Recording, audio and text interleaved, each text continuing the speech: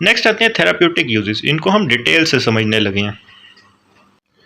तब हम बात करने लगे हैं therapeutic uses of the beta blockers. इसके अंदर हम सबसे पहले बीटा 1 एंटेगनिस्ट के थेराप्यूटिक यूजेस की बात करेंगे। बीटा 1 हमने कहा था कि कार्डियो सिलेक्टिव होते हैं। अब कार्डियो सिलेक्टिव है तो हार्ट के ऊपर एक्ट करेंगे। सबसे पहला केस आता है कि जो एक्टोपिक फोकाई होते हैं ना, एक्टोपिक फोकाई, उन केसेस में भी हम बीटा 1 एंटेगनिस्ट या बीटा 1 ब्लॉकर्स दे रहे होते हैं। एक्टोपिक फोकाई बेसिकली क्या होता है कि कोई भी हार्ट का पोर्शन है वो अपनी तरफ से इलेक्ट्रिकल एक्टिविटी जनरेट करने लग गया, जिसकी वजह से हार्ट कॉन्ट्रैक्ट करने लग गया। एक्टोपिक फोकाई में हमारे पास क्या हो रहा था कि एवी कंडक्शन, एवी जो कंडक्शन होती है ना, एवी कंडक्शन इंक्रीज हुई हुई है, जिसकी वजह से क्या होगा कि हार्ट रेट इंक्रीज हो जाएगा। जब एवी कंडक्शन इंक्रीज होगी तो हार्ट रेट इंक्रीज हो जाएगा। अब इस केस के अंदर हम देंगे बीटा 1 एंटेगनिस्ट। वो क्या करेगा कि ये जो एवी कंडक्शन है ना, इसको जाकर डिक्रीज कर देगा। जब एवी कंडक्शन डिक्रीज होगी तो अल्टीमेटली हमारे पास हार्ट रेट कम हो जाएगा, हार्ट रेट हमारे पास कम हो जाएगा।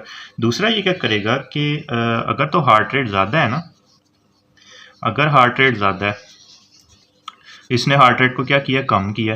तो इसको हम किन किन केसेस में यूज़ कर सकते हैं? जो एट्रियल फ्लटर या फिर एट्रियल फिब्रिलेशन होती है, उन केसेस में हम बीटा 1 एंटेगनिस्ट को यूज़ कर सकते हैं, क्योंकि उसमें भी हार्ट रेट इंक्रीज हुआ होता है। एट्रियल फिब्रिलेशन या एट्रियल फ्लटर में भी यूज़ कर सकते हैं। उसके अलावा जो सुप्रा वेंट्रिकुलर टेकिकार्डिया होता है, उन केसेस में भी हम बीटा 1 एंटेगनिस्ट या बीटा 1 ब्लॉकर्स दे रहे होते हैं। तो सबसे पहला केस आ गया एक्टोपिक फोकाई का केस। दूसरा केस आता है कि अगर कोई भी ब्लड वेसल है, कोई भी ऐसे ब्लड वेसल जा रही है, ये ब्लड वेसल जा रही है, तो इस ब्लड वेसल ने आगे जाके सप्लाई करना है कार्डियक स्मूथ मसल्स को, यहाँ पर जो कार्डियक सेल्स होते हैं उनको जाकर इसने सप्लाई करना है। अब क्या हुआ है कि इस वेसल के अंदर ना कोई भी प्लैक की फॉर्मेशन हो गई है। अब जब इसके अंदर प्लैक बनेगा तो ब्लड फ्लो कम हो जाएगा। जब ब्लड फ्लो कम होगा तो क्या होगा कि इसको ऑक्सीजन कम मिलेगी, ऑक्सीजन इसको कम मिलेगी। अब ऑक्सीजन कम मिलेगी तो इस्कीमिया की सिचुएशन क्रिएट हो जाएगी। अब इस सिचुएशन को प्रिवेंट करने के लिए हम बीटा 1 ब्लॉक कर देते हैं। वो क्या करते हैं कि सबसे पहले वो हार्ट रेट को कम करेंगे, हार्ट रेट को कम करेंगे, जिसकी वजह से कार्डियक आउटपुट कम हो जाएगा। जब कार्डियक आउटपुट कम होगा तो ऑक्सीजन की डिमांड ही कम हो जाएगी। जब ऑक्सीजन की डिमांड कम होगी तो हम इस्कीमिया को प्रिवेंट कर लेंगे। फॉर एग्जांपल अगर केस है ना कि अगर कोई ऑर्गन बहुत ज़्यादा काम कर रहा है तो उसको ऑक्सीजन भी उतनी ज़्यादा चाहिए। अब जब हम कार्डियक आउटपुट कम कर रहे हैं तो हम हार्ट के ऊपर वर्कलोड भी कम कर रहे हैं, जिसकी वजह से ऑक्सीजन डिमांड कम हो जाती है। तो इस तरह से हम इसको प्रिवेंट कर सकते हैं, क्योंकि हम सप्लाई को तो इंक्रीज नहीं ना कर सकते बीटा 1 ब्लॉकर्स देकर, ब्लैक तो अपनी जगह पे ही रहना है, तो हम डिमांड को कम कर सकते हैं। अब इस चीज़ का क्या फ़ायदा है? दूसरा ये कि ये कॉन्ट्रैक्टिलिटी को भी डिक्रीज़ करता है। जब कॉन्ट्रैक्टिलिटी डिक्रीज़ होगी तो कार्डियक आउटपुट इस वजह से भी डिक्रीज़ हो जाएगा। अब ये वाली जो हमने एप्लीकेशन पढ़ी है, ये किस सिचुएशन के अंदर अप्लाई होती है? ये बेसिकली जो अंजाइना होता है ना, अंजाइना, उसके अंदर हम यूज़ कर सकते हैं बीटा 1 ब्लॉकर्स। उसके अलावा जो कोरोनरी आर्टरी डिजीज़ है, कोरोनरी आर्टरी डिजीज़, उसके अंदर भी हम बीटा 1 एंटेगनिस्ट यूज़ कर सकते हैं। तो कोई भी प्लैग बना जिसकी वजह से ऑक्सीजन कम मिल रही थी, अब इस केस के अंदर हम सप्लाई को तो बढ़ा नहीं सकते, हम डिमांड को ही कम कर देंगे। डिमांड को कैसे कम करेंगे? बीटा 1 ब्लॉकर देंगे। बीटा 1 ब्लॉकर हार्ट रेट को कम कर देगा, जिसकी वजह से कार्डियक आउटपुट कम होगा और ऑक्सीजन डिमांड कम हो जाएगी। अब इसके यूजेस क्या होंगे कि हम इसको अंजाइना और कोरोनरी आर्टरी डिजीज़ के अंदर यूज़ कर रहे होते हैं। नेक्स्ट कंडीशन आती है जो left ventricle outflow track obstruction है ना, वो वाली कंडीशन आती है। इस कंडीशन में हम देख सकते हैं कि जो लेफ्ट वेंट्रिकल है ना, उसकी आउटफ्लो ट्रैक के अंदर ऑब्स्ट्रक्शन हो गई है। तो left ventricular outflow track obstruction, outflow track obstruction के केस में भी हम बीटा 1 ब्लॉकर्स दे रहे होते हैं। अब जो left ventricle outflow track obstruction है, इसके अंदर क्या होता है कि जो कार्डियक आउटपुट है ना, वो कम हुआ होता है। अब चूंकि कार्डियक आउटपुट कम हुआ है तो हम बीटा 1 ब्लॉकर देंगे। बीटा 1 ब्लॉकर क्या करेगा कि हार्ट रेट को कम कर देगा। हार्ट रेट जब कम होगा तो फिलिंग जो टाइम है ना, फिलिंग टाइम इंक्रीज हो जाएगा, फिलिंग टाइम इंक्रीज हो जाएगा। दूसरा ये कि अगर कॉन्ट्रैक्शन ज़्यादा है, अगर तो कॉन्ट्रैक्शन बहुत ज़्यादा है, फॉर एग्जांपल इस तरह से ये मतलब ये वाला पोर्शन कुछ इस तरह से प्रेजेंट है ना, तो अगर कॉन्ट्रैक्शन ज़्यादा है, मतलब ज़्यादा कॉन्ट्रैक्ट कर रहा है ये मसल, तो क्या होगा कि ये बल्जिंग भी ज़्यादा हो जाएगी। ये वाली जो बल्जिंग है, ये जो बल्जिंग हुई हुई है, ये ज़्यादा हो जाएगी। तो इस केस के अंदर हम क्या कर सकते हैं कि हम कॉन्ट्रैक्शन को डिक्रीज़ कर दें। तो अगर हम कॉन्ट्रैक्शन को डिक्रीज़ करते हैं ना, तो कॉन्ट्रैक्शन को डिक्रीज़ करने से क्या होगा कि ये वाली जो बल्जिंग है ना, ये बल्जिंग भी डिक्रीज़ हो जाएगी। ये वाली बल्जिंग भी डिक्रीज़ हो जाएगी। जब बल्जिंग डिक्रीज़ होगी तो ये वाला ट्रैक ओपन हो जाएगा, जिसकी वजह से हम कह सकते हैं कि हम इसको यूज़ कर सकते हैं इन the treatment of left ventricular outflow track obstruction के केसेस में। तो ये तीसरा केस हो गया। नेक्स्ट कंडीशन आती है हमारे पास मायोकार्डियल इन्फार्क्शन की। सो मायोकार्डियल इन्फार्क्शन या हार्ट फेलियर के केस के अंदर क्या होता है कि फॉर एग्जांपल हार्ट का ये वाला पोर्शन इन्फार्क्ट हो गया। अब इस केस के अंदर क्या होगा कि जो हार्ट की पंपिंग एबिलिटी है वो डिक्रीज़ हो जाएगी। जब हार्ट की पंपिंग एबिलिटी डिक्रीज़ होगी तो कार्डिक आउटपुट डिक्रीज़ हो जाएगा। अब इस कार्डिक आउटपुट की वजह से क्या होगा कि जो डिक्रीज़ हुआ है इसकी वजह से टिश्यूज़ की हाइपोपरफ्यूजन शुरू हो जाएगी, यानी उनको प्रॉपरली ब्लड नहीं मिलेगा। फॉर एग्जांपल अगर हम किडनी की बात करें तो किडनी की हाइपोपरफ्यूजन शुरू हो जाएगी। जब किडनी की हाइपोपरफ्यूजन शुरू हो जाएगी लो कार्डिक आउटपुट की वजह से, तो क्या होगा कि किडनी रिलीज़ करेगी रेनिन एंजियोटेंसिन सिस्टम को, यानी किडनी रिलीज़ करेगी रेनिन, वो आगे एंजियोटेंसिनोजिन को एंजियोटेंसिन 1 के अंदर कन्वर्ट कर देगा और वो सारा मैकेनिज्म हो रहा होता है। तो ओवरऑल हम ये कह सकते हैं कि renin angiotensin aldosterone system increase हो जाते हैं। जब ये इंक्रीज़ हो जाता है तो क्या होता है कि हमें पता है कि सिस्टेमिक वस्कुलर रेजिस्टेंस इंक्रीज़ हो जाएगी, और जब सिस्टेमिक वस्कुलर रेजिस्टेंस इंक्रीज़ होगी तो ब्लड प्रेशर इंक्रीज़ हो जाएगा, ब्लड प्रेशर इंक्रीज़ हो जाएगा। दूसरा ये कि जो हमारे पास आफ्टर लोड है ना, आफ्टर लोड इस केस के अंदर इंक्रीज़ हो जाएगा। आफ्टर लोड जब इस केस के अंदर इंक्रीज़ होगा ना, तो उसकी वजह से एक अडेप्टेशन हार्ट के अंदर डेवलप हो जाएगी, जिसको हम कहते हैं left ventricular hypertrophy. Left ventricular hypertrophy हो जाएगी। और तीसरा ये कि इस ब्लड प्रेशर के इंक्रीज़ की वजह से प्री लोड भी इंक्रीज़ हो जाएगा। जब प्री लोड इंक्रीज़ होगा फिर क्या होगा? प्री लोड क्यों इंक्रीज़ होता है? बेसिकली हमने कहा था ना कि जो सोडियम ज़्यादा हो गया, क्योंकि एल्डोस्टेरोन ने क्या करना है, सोडियम वगैरह की एब्जॉर्प्शन बढ़ा देनी है। सोडियम जब आएगा तो वाटर भी आएगा, और जब ये सारी चीज़ें आएंगी तो ब्लड वॉल्यूम इंक्रीज़ हो जाएगा और प्री लोड हमारे पास इंक्रीज़ हो जाएगा। अब जब प्री लोड इंक्रीज़ होता है ना, तो इसकी वजह से कंडीशन यानी अडेप्टेशन रिमॉडलिंग आती है, जिसको हम कहते हैं left ventricular dilation. Left ventricular dilation इस केस के अंदर हो जाती है। तो रेनिन एंजियोटेंसिन एल्डोस्टेरोन सिस्टम की वजह से सिस्टेमिक वस्कुलर रेजिस्टेंस इंक्रीज हुई थी और उन्होंने ब्लड प्रेशर को इंक्रीज कर दिया था। उसके अलावा आफ्टर लोड इंक्रीज हुआ था, जिसकी वजह से लेफ्ट वेंट्रिकुलर हाइपरट्रोफी हो गई थी, प्री लोड इंक्रीज हुआ था और लेफ्ट वेंट्रिकुलर डायलेशन हो गई थी। तो ओवरऑल हम ये कह सकते हैं कि कार्डियक रिमॉडलिंग हो गई थी, कार्डियक रिमॉडलिंग हो गई थी, रिमॉडलिंग हो गई थी। अब कार्डियक रिमॉडलिंग की वजह से क्या होता है कि मोर्टेलिटी इंक्रीज हो जाती है, मोर्टेलिटी रेट इंक्रीज हो जाता है।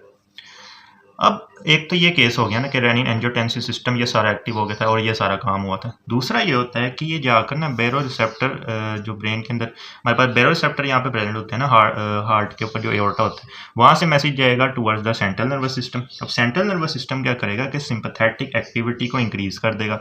अब सिंपैथेटिक एक्टिविटी जब इंक्रीज होगी तो हमें क्या पता है ना कि सिंपैथेटिक क्या रिलीज करता है, नॉरएपिनेफ्रिन को रिलीज करता है। अब ये नॉरएपिनेफ्रिन क्या करेगा कि हार्ट के ऊपर जो बीटा रिसेप्टर्स है ना, फॉर एग्जांपल ये हार्ट है, हार्ट के ऊपर बीटा रिसेप्टर उसके ऊपर जाके बाइंड हो जाएगा, जिसकी वजह से हार्ट रेट इंक्रीज हो जाएगा और कॉन्ट्रैक्टिलिटी इंक्रीज हो जाएगी।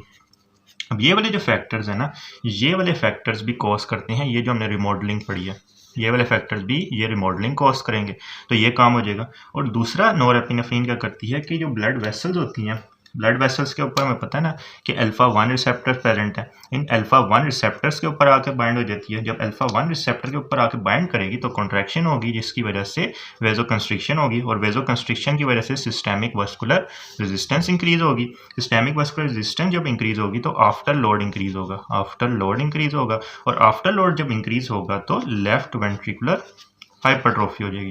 तो ओवरऑल हम ये कह सकते हैं कि इस सारे फैक्ट से क्या होगा कि कार्डिक रिमॉडलिंग हो जाएगी, यानी हाइपरट्रोफी और डायलेशन हो जाएगी, और मॉर्बिडिटी हमारे पास इंक्रीज हो जाएगी।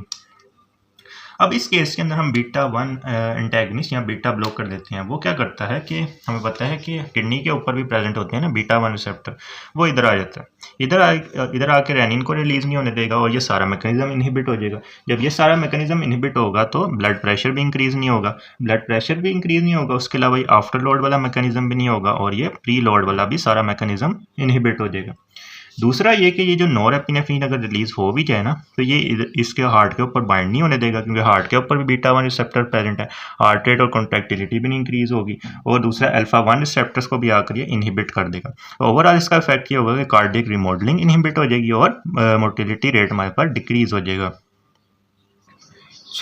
इस सिचुएशन से हमें क्लिनिकल एप्लीकेशन क्या मिलती है कि हम बीटा ब्लॉकर्स को यूज़ कर सकते हैं इन द ट्रीटमेंट ऑफ इन्फॉक्शन या मायोकार्डियल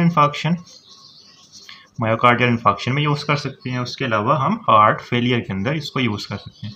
तो यहाँ से हमने कौन कौन से केसेस पढ़ रहे हैं। सबसे पहले एक्टोपिक फोकाई का केस पढ़ा है, एट्रियल फिब्रिलेशन या Flutter, supraventricular tachycardia, angina, coronary artery disease, left ventricular outflow track obstruction, number 6, number 7 myocardial infarction and number 8 heart failure. तो ये 8 केसेस हमने डिस्कस कर लिए। नेक्स्ट आते हैं बीटा 1 एंड बीटा 2 एंटेगनिस्ट। सबसे पहले बात करें तो ये चूंकि बीटा 2 के ऊपर एक्ट करें, और बीटा 2 हमें पता है कि जो सीलियरी एपिथेलियम होते हैं ना, वहाँ पे भी प्रेजेंट है। तो जब बीटा 2 रिसेप्टर्स यहाँ पे इनहिबिट होंगे, बीटा 2 रिसेप्टर यहाँ पे इनहिबिट होंगे, तो एक्वस ह्यूमर की प्रोडक्शन डिक्रीज हो जाएगी। एक्वस ह्यूमर की प्रोडक्शन डिक्रीज हो जाएगी। जब एक्वस ह्यूमर की प्रोडक्शन डिक्रीज होगी तो ग्लोकोमा को हम ट्रीट कर लेंगे। So beta blockers are use in the treatment of glaucoma. Specifically बात करें तो इस केस के अंदर हम यूज़ करते हैं टिमोलोल को यूज़ कर रहे होते हैं। तो ये पहला यूज़ हो गया। दूसरा यूज़ आता है थायरोटॉक्सिकोसिस में। दूसरा यूज़ क्या आता है थायरोटॉक्सिकोसिस में।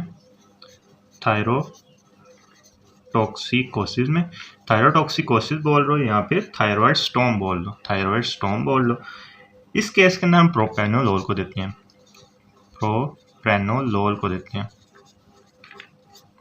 अब बेसिकली थायरोटॉक्सिकोसिस या थायराइड स्टॉर्म के अंदर होता क्या है, जो थायराइड ग्लैंड है वो एक्सेसिवली रिलीज कर रहा होता है T3 एंड T4 को। T3 एंड T4 जब बहुत ज़्यादा रिलीज होते हैं तो ये क्या करते हैं कि जो बीटा रिसेप्टर्स होते हैं ना हार्ट के ऊपर, बीटा रिसेप्टर ऑन हार्ट, उनकी सेंसिटिविटी को इंक्रीज कर देते हैं। सेंसिटिविटी वो जब इंक्रीज होती है तो हम कहते हैं कि कार्डियक स्टिमुलेशन बहुत ज़्यादा हो जाती है। जब कार्डियक स्टिमुलेशन बहुत ज़्यादा होगी तो क्या होगा, हार्ट रेट बहुत ज़्यादा हो जाएगा। और जब हार्ट रेट बहुत ज़्यादा होगा, हार्ट रेट एक तो बहुत ज़्यादा हो जाएगा और कॉन्ट्रैक्टिलिटी बहुत ज़्यादा हो जाएगी हार्ट की। तो इस केस के अंदर भी हम यूज़ कर रहे होते हैं beta 1 and beta 2 antagonist, specifically propranolol को यूज़ कर रहे होते हैं। अब तीसरा केस काफ़ी इंपॉर्टेंट है कि जो पोर्टल हाइपरटेंशन होती है ना, पोर्टल हाइपरटेंशन के अंदर भी हम यूज़ कर रहे होते हैं बीटा 1 एंड 2 एंटेगनिस्ट को। अब ये बेसिकली करते क्या हैं, अब चूंकि ये बीटा 1 के ऊपर एक्ट कर रहे हैं तो बीटा 1 एक्टिविटी की वजह से क्या होगा कि हार्ट के ऊपर जो बीटा 1 रिसेप्टर है वो इनहिबिट हो जाएंगे। जब ये वाले रिसेप्टर इनहिबिट होंगे तो ये क्या करेंगे, हार्ट रेट को डिक्रीज कर देंगे। हार्ट रेट डिक्रीज करेंगे, उसके अलावा कॉन्ट्रैक्टिलिटी को डिक्रीज कर देंगे। जब ये वाले दोनों फैक्टर डिक्रीज हो जाएंगे तो अल्टीमेटली क्या होगा, कार्डियक आउटपुट डिक्रीज हो जाएगा। जब कार्डियक आउटपुट डिक्रीज होता है तो हमें पता है कि जो स्प्लैंकनिक ब्लड फ्लो है ना, स्प्लैंकनिक ब्लड फ्लो यानी जो गट को सप्लाई करने वाला ब्लड फ्लो है, वो ब्लड फ्लो डिक्रीज हो जाएगा। जब ये वाला ब्लड फ्लो डिक्रीज होगा तो हम कहते हैं कि यहाँ पे थोड़ा ब्लड जा रहा है, और जब ये थोड़ा ब्लड जाएगा इन पोर्टल वेसल्स के अंदर, क्योंकि इनके अंदर ये हाइपरटेंशन क्रिएट हुई है ना, तो ये वाला जो थोड़ा ब्लड है ये क्या करेगा कि पोर्टल ब्लड फ्लो को भी डिक्रीज कर देगा। तो पोर्टल ब्लड फ्लो भी डिक्रीज हो जाएगा। दूसरा हमें पता है कि बीटा 1 के ऊपर भी एक्ट करें और बीटा 2 पे भी एक्ट करें। अब बीटा 2 हमें पता है कि कहाँ पे प्रेजेंट है, वेसल्स के ऊपर प्रेजेंट होते हैं। ये क्या करते हैं, वेजो डायलेशन करवाते हैं। जब हम इनको इनहिबिट करेंगे तो ये क्या करवा देंगे, वेजो कंस्ट्रिक्शन करवा देंगे। जब वेजो कंस्ट्रिक्शन होती है तो क्या होता है, सिस्टेमिक वास्कुलर रेजिस्टेंस इंक्रीज हो जाती है। और जब सिस्टेमिक वास्कुलर रेजिस्टेंस इंक्रीज होती है तो हमें पता है कि ब्लड फ्लो डिक्रीज हो जाता है। तो इस तरह से हम इसको याद रख सकते हैं कि बीटा 1 के ऊपर जब ये ऐड करेंगे तो हार्ट रेट डिक्रीज हुआ, कॉन्ट्रैक्टिलिटी डिक्रीज हुई, जिसकी वजह से कार्डियक आउटपुट कम हो गया। कार्डियक आउटपुट जब कम हुआ तो स्प्लैंकनिक ब्लड फ्लो कम हो गया और पोर्टल ब्लड फ्लो कम हो गया। दूसरा ये कि बीटा 2 रिसेप्टर्स को इन्होंने इनहिबिट कर दिया, जिसकी वजह से वेजोकंस्ट्रिक्शन हुई। वेजोकंस्ट्रिक्शन की वजह से जो होती है सिस्टेमिक वास्कुलर रेजिस्टेंस वो इंक्रीज़ हो जाएगी। जब ये रेजिस्टेंस इंक्रीज़ हो जाएगी तो सिम्प्लैंक्निक ब्लड फ्लो डिक्रीज़ हो जाएगा और पोर्टल ब्लड फ्लो भी अल्टीमेटली डिक्रीज़ हो जाएगा। अब पोर्टल हाइपरटेंशन में एक कंडीशन आती है ना, एसोफेजियल वेरिसिस, जो लोअर एंड ऑफ एसोफेगस होता है उसके ऊपर जो वेन्स होती हैं वो डायलेट कर जाती हैं। तो एसोफेजियल वेरिसिस के केस के अंदर हम बीटा 1 और 2 एंटेगनिस्ट दे रहे होते हैं। स्पेसिफिकली बात करें तो इसके अंदर भी हम प्रोप्रानोलोल को देते हैं, प्रोप्रानोलोल। तो ये हमारे पास हो गए 3 यूजेस। सबसे पहले हमने ग्लूकोमा में दिया, फिर थायरोटॉक्सिकोसिस में और फिर पोर्टल हाइपरटेंशन में। नेक्स्ट केस आता है माइग्रेन का। अब माइग्रेन कैसे हो रहा है, बेसिकली जो ये वाली जो वेसल्स जा रही है ना, ये हमारे पास स्कल की तरफ जा रही हैं। ये स्कल के फोरामिनाज हैं जिसके अंदर से ये वेसल्स पास करके जा रही हैं। अब ये जो ग्रीन कलर में स्ट्रक्चर दिखाया हुआ है ना, this structure is the nociceptors. Nociceptors क्या करते हैं, पेन स्टिमुलाई को लेके जा रहे होते हैं, ये होते हैं नोसिसेप्टर्स। अब ये वाली जो वेसल्स हैं, अब वेसल्स के ऊपर हमें पता है ना कि बीटा में से कौन से रिसेप्टर्स होते हैं, बीटा 2 रिसेप्टर्स इनके ऊपर प्रेजेंट होते हैं। सो बीटा 2 रिसेप्टर यहाँ पे प्रेजेंट होंगे। अब बीटा 2 रिसेप्टर ने नॉर्मली क्या करना होता है, वेजोडाइलेशन करनी होती है। जब ये वेजोडाइलेट करेंगे ना तो ये नोसिसेप्टर्स एक्टिवेट हो जाएंगे। जब नोसिसेप्टर एक्टिवेट होंगी तो पेन स्टिमुलस जनरेट हो जाएगा और पेन कॉज होगी। अब हम बीटा 2 एंटेगनिस्ट या बीटा 1 एंड 2 एंटेगनिस्ट जब देंगे तो बीटा 2 रिसेप्टर इनहिबिट हो जाएंगे। ये क्या करेंगे कि वेजोकंस्ट्रिक्शन हो जाएगी। जब वेजोकंस्ट्रिक्शन होगी तो नोसिसेप्टर एक्टिवेट नहीं होंगे और पेन की सिचुएशन हट जाएगी। तो इसको हम यूज़ करते हैं इन द ट्रीटमेंट ऑफ माइग्रेन।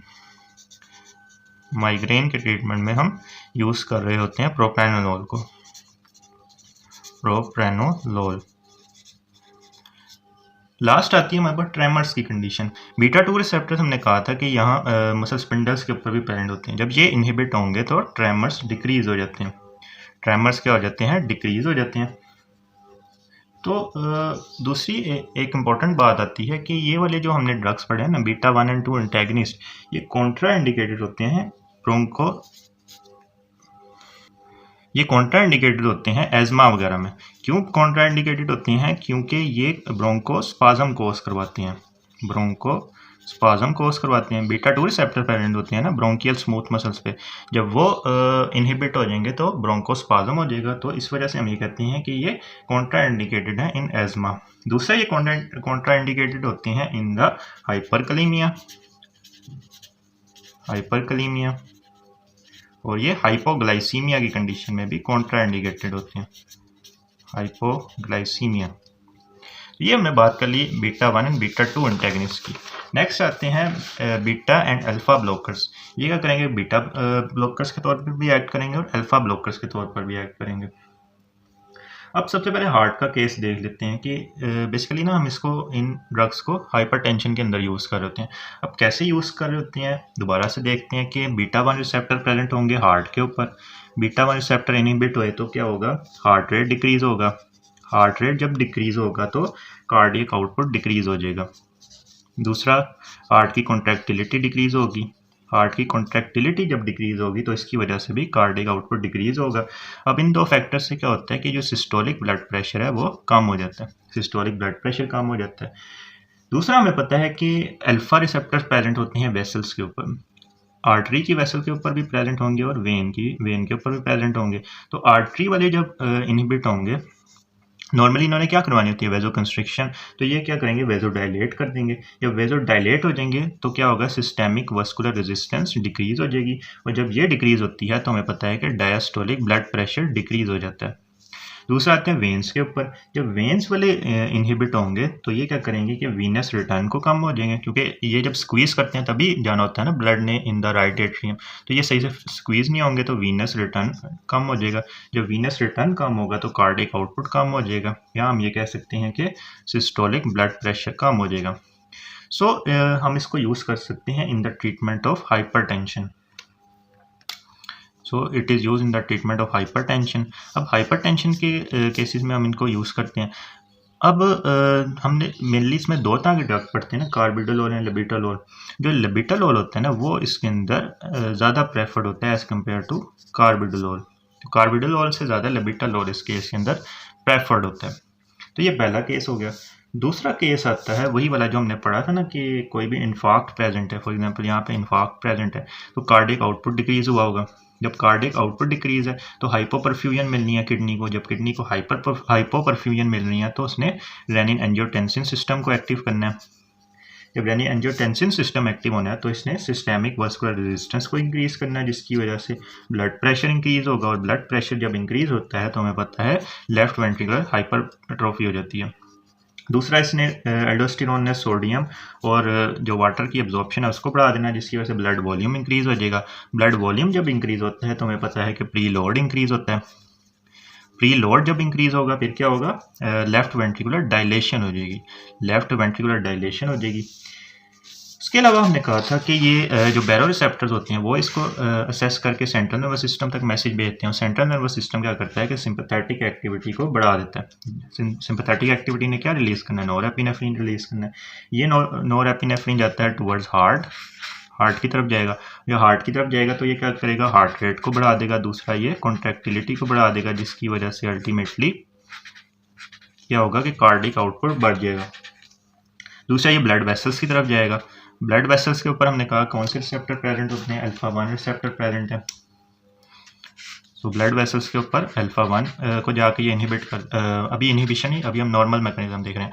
तो अल्फा 1 जब स्टिमुलेट होंगे तो ये क्या करेंगे, सिस्टेमिक वास्कुलर रेजिस्टेंस को इंक्रीज कर देंगे, जिसकी वजह से ब्लड प्रेशर इंक्रीज हो जाएगा और लेफ्ट वेंट्रिकुलर हाइपरट्रोफी हो जाएगी। तो ये हमारे पास हो रही होती है रिमॉडलिंग, कार्डियक रिमॉडलिंग। अब हमने इसको इनहिबिट करना है तो हम ये वाला ड्रग दे देते हैं। इस केस के अंदर जो कार्बिडोल होता है ना, कार्बिडोल, उसको हम प्रेफर करते हैं लेबिटोलोल पे। इस केस में उल्ट हो गया तो ये क्या करेगा कि बीटा 1 रिसेप्टर जो कि हार्ट के ऊपर प्रेजेंट है उनको जाके इनहिबिट कर देगा यहाँ से, तो ये वाला मैकेनिज्म इनहिबिट हो जाएगा। दूसरा ये अल्फा 1 रिसेप्टर इनको भी इनहिबिट कर देगा, और तीसरा ये रेनिन एंजियोटेंसिन सिस्टम को भी एक्टिवेट नहीं होने देगा। तो अल्टीमेटली रिमॉडलिंग हमारे पास इनहिबिट हो जाएगी और मोर्टेलिटी रेट डिक्रीज हो जाएगा। तो दूसरा ये केस हो गया। तीसरा केस वही वाला दोबारा से आ गया कि जो हमारे पास होता है ना एसोफेजियल वेरिसेस या फिर पोर्टल हाइपरटेंशन का केस, इस केस के अंदर हम यूज़ कर रहे होते हैं। अब क्या होगा कि बीटा 1 हार्ट के ऊपर प्रेजेंट है, बीटा 1 इनहिबिट होंगे। जब बीटा 1 इनहिबिट हुए हैं तो जब बीटा 1 इनहिबिट होंगे तो हार्ट रेट कम हो जाएगा। हार्ट रेट जब कम होगा तो कार्डिक आउटपुट भी कम हो जाएगा। जब कार्डिक आउटपुट कम होगा तो स्प्लैंकनिक ब्लड फ्लो कम हो जाएगा। स्प्लैंकनिक ब्लड फ्लो जब कम होगा तो लेस ब्लड जाएगा इन वेसल्स में। जब लेस ब्लड जाएगा तो पोर्टल ब्लड फ्लो भी कम हो जाएगा। जब पोर्टल ब्लड फ्लो कम होगा तो हम कहते हैं कि हमारे पास ये जो सिचुएशन है ना पोर्टल हाइपरटेंशन की, ये ट्रीट हो गई है। दूसरा यहाँ पे प्रेजेंट होती हैं बीटा 2 रिसेप्टर्स। बीटा 2 रिसेप्टर जब इनहिबिट होंगे तो हमने कहा था कि इसकी वजह से सिस्टेमिक वास्कुलर रेजिस्टेंस इंक्रीज हो जाएगी, क्योंकि वेजोकंस्ट्रिक्शन हो जाएगी ना। बीटा 2 ने वेजोडायलेशन करनी होती है, हमने उनको इनहिबिट कर दिया तो वेजोकंस्ट्रिक्शन हो जाएगी, जिसकी वजह से सिस्टेमिक वास्कुलर रेजिस्टेंस इंक्रीज हो जाएगी। और ये क्या करेंगे कि स्प्लैंकनिक ब्लड फ्लो को डिक्रीज करवा देंगे। तीसरा, अब इस केस के अंदर ना एक चीज़ इजाफी आ गई कि हमें पता है कि अल्फा 1 रिसेप्टर भी यहाँ पे प्रेजेंट होंगे, क्योंकि ये अल्फा सेलेक्टिव भी है ना।